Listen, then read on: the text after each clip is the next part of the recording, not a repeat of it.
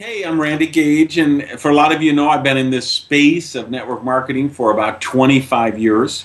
Most of it as a distributor, not always, but as an author, consultant, trainer. But my real passion is, of course, being in the trenches, working in the business myself. Your expertise is personal branding. What kind of advice would you give someone just starting in the industry or a new distributor on building a strong presence and a strong brand moving forward?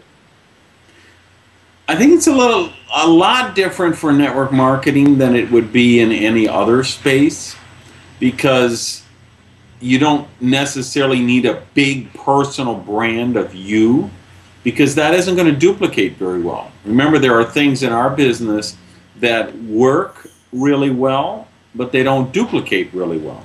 And at the end of the day, if we're looking for drink out of a coconut money, we want things that duplicate well.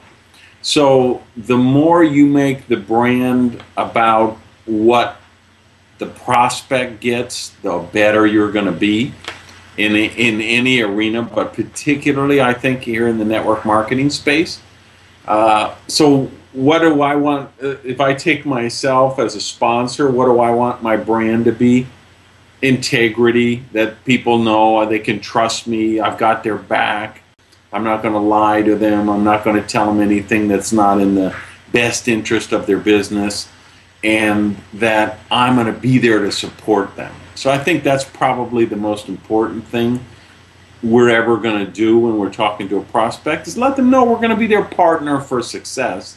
That's what you want the branding to be about, I think.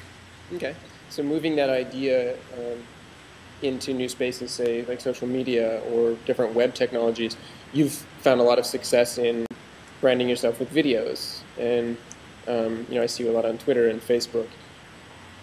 How would you advise someone to have that content present, but that actually converts, that's going to sell products, promote signups, to really be recruiting? Well, I kind of have a contrarian view than a lot of people. I don't ever promote on Twitter or Facebook or YouTube to build my network. You'll never see me talk about my company. You'll never see me send out a spam message or a pitch message. What I think social media does for us is it allows us to develop relationships online like we can do offline. And I take the same approach there. I hope you wouldn't go to a cocktail party and just start meeting people and handing out product samples and info packs and telling them to call you, and they'd say, who is this jerk? I come to Nancy's dinner party and this guy over here keeps handing around packets to everybody. Yet people do that all the time on Twitter or Facebook, and they think, wow, I just go to Facebook and I join a group, and then as soon as they accept my membership in the group, that means I can start sending out pitches to all these people. And that's the last thing, and that's why people are always getting shut down and closed down on those sites, and why I call them the multi-level morons. They are destroying the social media sites and destroying, we have this amazing transformation taking place in the network marketing space where we went from a very skeptical public 15 years ago to a very accepting public. Now, there's so many people open to network marketing now. We've been in Forbes and Fortune and USA Today and Success Magazine, and Warren Buffett owns a couple of companies in our space. And so everybody, no matter where you go anymore, I think everybody knows somebody who makes $40,000 a month in Amway, or $60,000 a month in New Skin, or $50,000 a month in Melaleuca or whatever, and they're intrigued by it. And so we've come full circle. We've gotten to the point where people have really accepted network marketing, and now we're destroying it with these multi-level morons who are out there pitching everybody on these spaces. I've probably sponsored 5 or 6 people in the last 8-9 months from meeting them on social media, but I never send pitches about them. In other words, I'm just on social media interacting with them. I meet people, the relationship develops, And then I might feel it's appropriate to say, hey, you know, can you send me your phone number? I got something I want to talk to you about I think would be interesting for you. I do it online the same way I would offline, which is I wouldn't go meet those people at a party and start handing out packets. It's the same thing on social media. Go out there, develop relationships, get to know people. When you think your opportunity would be appropriate and could help them, then take it offline and have that conversation. That's my advice on how to work on the social media sites. You know, a lot of companies maybe aren't taking that same approach of social media can be a good thing, you need to do it the right way, maybe giving distributors the wrong tools or maybe being too restrictive about how they use social media. What do you think would be the ideal policy to put in place for your distributors with social media? I think the savvy companies have learned to say, you can't use our name, you can't use our trademark in anything without approval.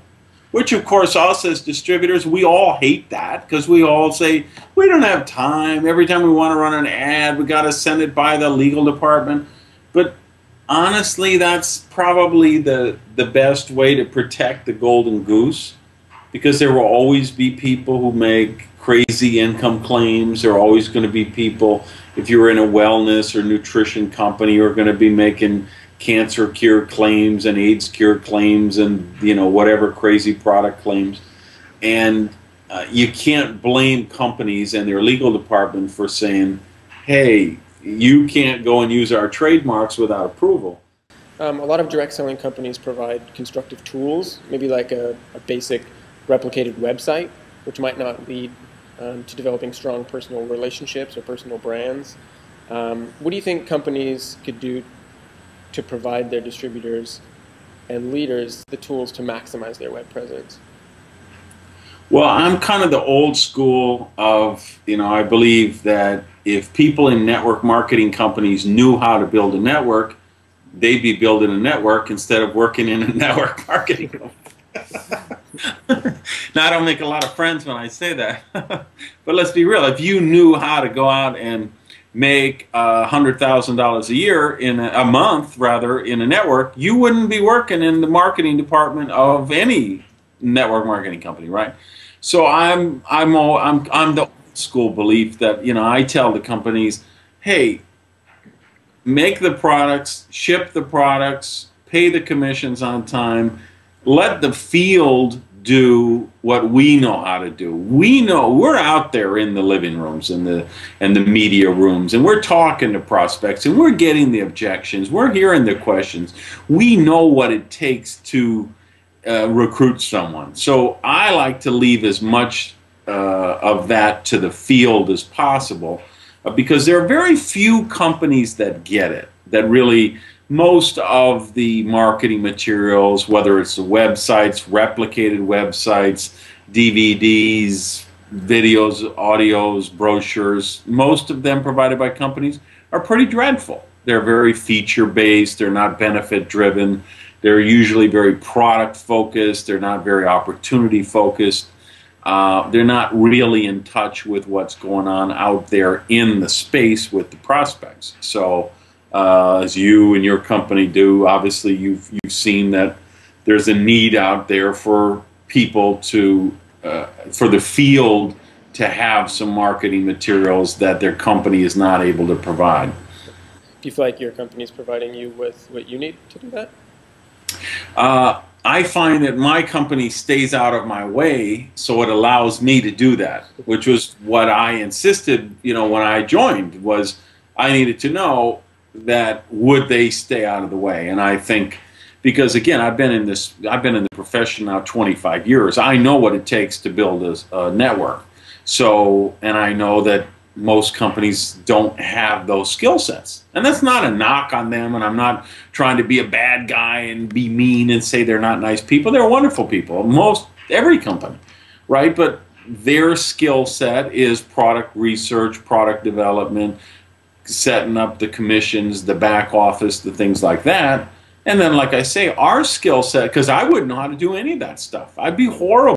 If somebody hired me to run a network marketing company, they'd fire me after 2 weeks because they'd say, this guy's clueless. He's horrible managing an operation, because that's not my skill set. Right. my skill set is how to build a network. So I like to do what I do best, and I like other people to do what they do best.